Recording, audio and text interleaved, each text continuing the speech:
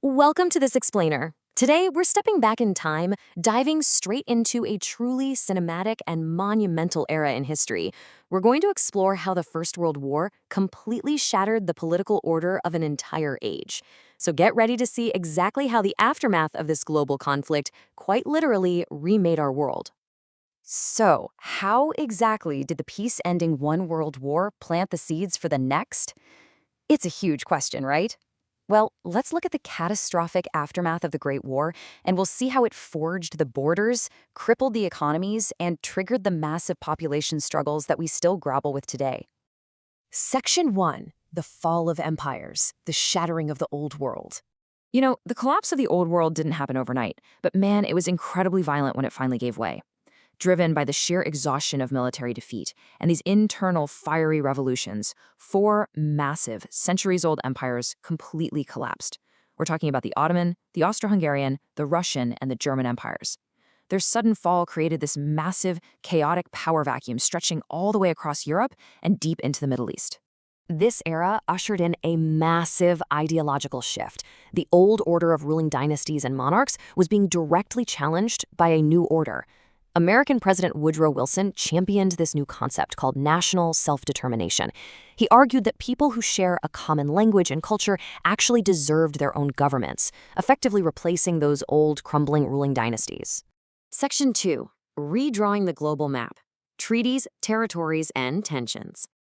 At the 1919 Paris Peace Conference, peacemakers tried to pick up the shattered pieces. And while entirely new nations like Poland and Czechoslovakia emerged from the wreckage in Eastern Europe, the Middle East saw the introduction of what was called the Mandate System. Established by the League of Nations, this placed territories like Iraq, Syria, and Palestine under British or French supervision. Crucially, this was heavily influenced by secret wartime agreements, like the 1916 Sykes-Picot Agreement, which had already carved up Ottoman lands into European spheres of influence entirely behind closed doors. Now, right at the heart of all these new borders was the concept of sovereignty. Because these artificial lines drawn by European powers frequently cut right across existing tribal, ethnic, and religious settlements, sovereignty became a deeply contested and often bloody concept. They paid almost no regard to historical patterns of settlement, which fueled recurring instability and laid the groundwork for the modern decolonization movements that would follow decades later. Section 3. The Cost of Total War. Europe's Economies in Ruins. The physical and economic devastation of the era was rooted deeply in how the war itself was fought, through total war mobilization. This wasn't just armies fighting armies, right? This was the transformation of entire national economies into absolute war machines. Labor and resources were entirely diverted away from civilian production. After 4 years of trench warfare scarring French and Belgian farmland, and a brutal British naval blockade literally starving the German population, the continent's industrial base was just completely exhausted by the 1918 armistice. To truly grasp the immense scale of the ruin, consider this staggering number. The estimated total cost of the war was an incomprehensible $186 billion. This practically evaporated the wealth of Europe, completely exhausting national treasuries across the continent. And then, of course, came the peace treaties. Under the 1919 Treaty of Versailles, Germany was assigned a crushing reparations bill, eventually set at $33 billion. Meanwhile, the so-called victors, Britain and France, were drowning in their own enormous war debts owed to the United States. The brilliant British economist John Maynard Keynes actually saw the writing on the wall. He explicitly warned in 1919 that the reparations burden was dangerously excessive.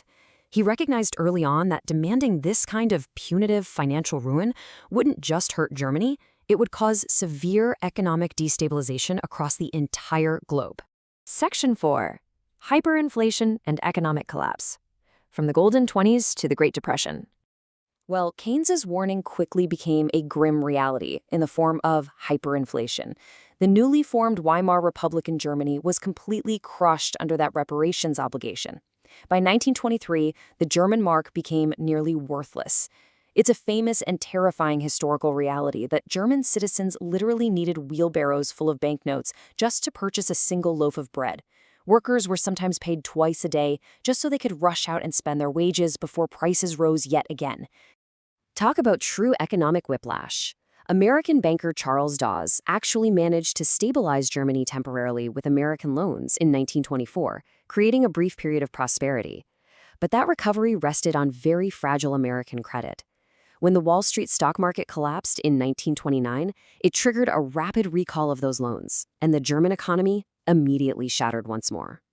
The human cost of that collapse was just staggering. By 1932, mass unemployment was rampant.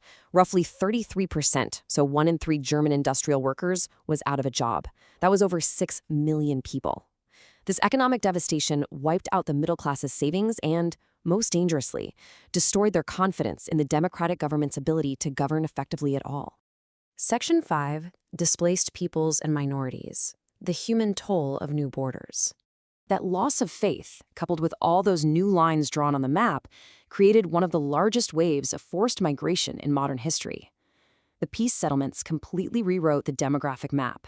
In 1923, the Lausanne Convention mandated one of history's first compulsory population exchanges. They forcibly relocated approximately 1.6 million Greeks and Muslims between Greece and the newly formed Republic of Turkey, tearing ancient communities right away from their ancestral homes. The treaties also created severe crises of broken promises, leading to widespread statelessness. Imagine having no recognized homeland at all. Whole populations were left in this condition.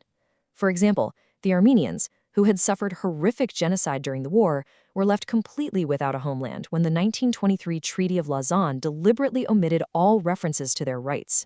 The seeds of future conflict were literally being sown everywhere. Millions found themselves as ethnic minorities in brand new nations. German-speaking populations were stranded in places like the Sudetenland in Czechoslovakia, generating dangerous resentments that figures like Adolf Hitler would later exploit to justify territorial expansion.